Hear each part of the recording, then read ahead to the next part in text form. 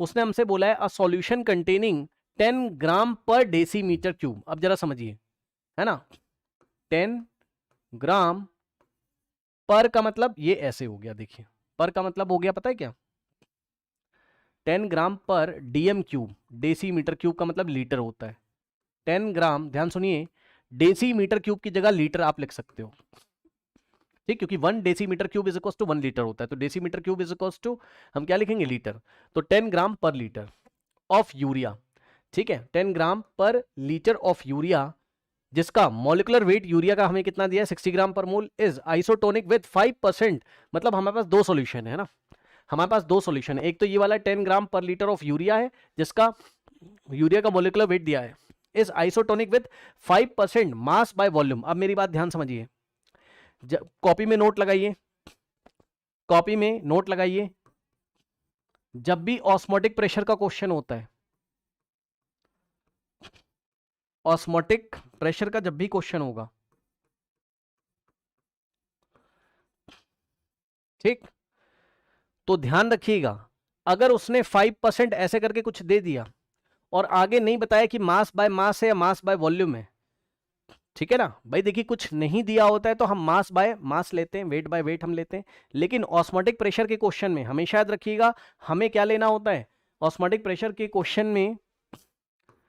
के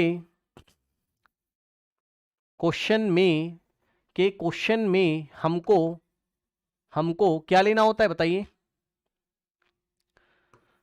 हमको क्या लेना होता है बताइए, हमको हमेशा क्या लेना होता है, 5% मास बाय, हमें हमेशा मास बाय वॉल्यूम लेना होता है, याद रखिएगा। क्योंकि भाई देखिए आपका कॉन्सेंट्रेशन के बारे में बात करेंगे ना आप, यहाँ पे कॉन्सेंट्रेशन आपका समझ रहे हो, वॉल्यूम यहाँ पर इन्वॉल्व होता है, याद रखिए, क्योंकि भाई आपका जो फॉर्मूला होता है pi is equal to C R T, C वहां कॉन्सेंट्रेशन होता है, तो सी मोलरिटी में लेते हो ना आप, सी मोलरिटी में लेते हो ना आप, ठीक है ना। तो देखिए एक तरीके से उसने बोला है कि पाई 1 इज इक्वल्स टू पाई 2, क्योंकि दोनों ही आइसोटोनिक है। अब देखो पाई 1 क्या हो जाएगा, C1 R T1, और पाई 2 क्या हो जाएगा, C2 R T2। अब मेरी बात ध्यान से समझिए, यहां पर टेम्परेचर के बारे में कोई बात नहीं करी गई, तो टेम्परेचर हम कांस्टेंट मानेंगे, दोनों ही सॉल्यूशन का टेम्परेचर हम सेम अज्यूम करेंगे, R से R कैंसिल और T से T कैंसिल, ठीक। तो आप देखोगे concentration of solution number 1 is equal to concentration of solution number 2। बस अब आप लगाइए जो भी उसने पूछा होगा, the molecular mass of the non volatile solute, आपको पता चल जाएगा जो सेकंड वाला सॉल्यूशन है। तो मैं आपको दिखा देता हूं, ये देखिए, concentration of 1 is equal to concentration of 2, यानी कि मोलरिटी ऑफ 1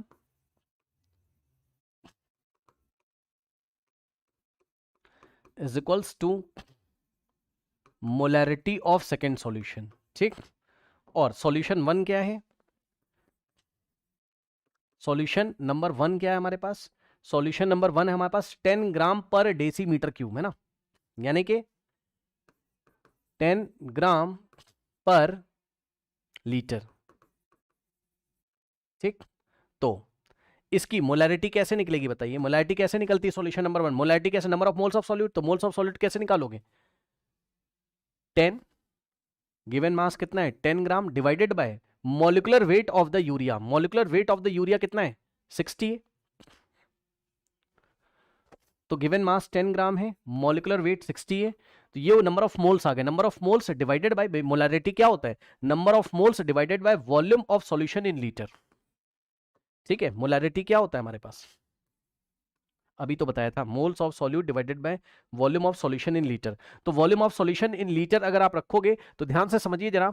उसने बोल दिया जो फर्स्ट सॉल्यूशन है वो 10 ग्राम पर डेसीमीटर क्यूब, यानी कि 10 ग्राम पर लीटर है, पर लीटर का मतलब 1 लीटर है,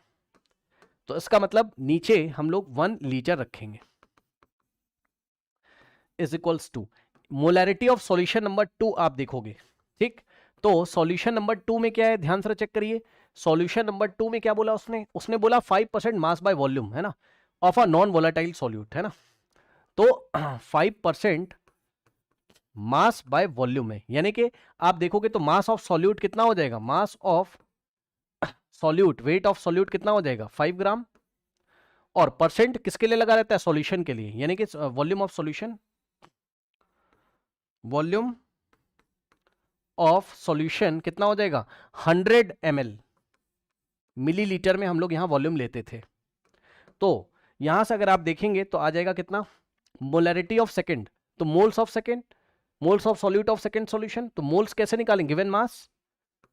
upon molecular weight of second solution, जो कि हमें निकालना है, ठीक। Molecular weight of second solution हमें निकालना है, डिवाइडेड बाय, मतलब जो सेकंड सॉल्यूशन में सॉल्यूट है उसका मॉलिक्यूलर वेट हमें निकालना है, divided by volume of solution in litres, ठीक। तो लीटर में करने के लिए हम क्या करेंगे, देखिए 100 डिवाइडेड बाय 1000 आप करोगे, 100 को 1000 से डिवाइड करोगे तो ये लीटर में आएगा, ठीक। अब आपका लीटर से लीटर यहां कैंसिल हो जाएगा, ठीक, ये हमारा कैंसिल, तो यहां से 1/6 आएगा,